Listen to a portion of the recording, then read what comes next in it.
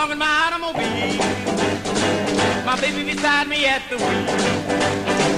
I felt the kiss, the turn of a mind, my curiosity running wild, cruising and playing the radio, with no particular place to go. As John Lennon put it, if you tried to give rock and roll another name, you might call it Chuck Berry. Born in St. Louis, Missouri in 1926, Charles Edward Anderson Berry, better known as Chuck Berry, shaped music as we know it today.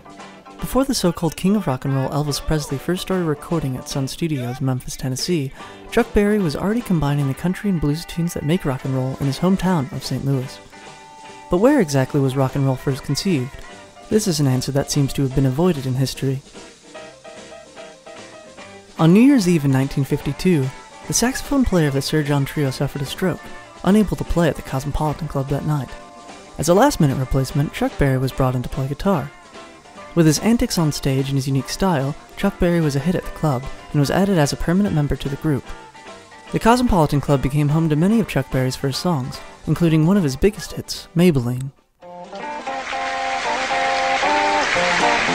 Oh, Maybellene, can't you be true? Oh, Maybellene, why can't you be true? You started back doing the things you used to do. The Cosmopolitan Club has been demolished since its prime in the early 1950s.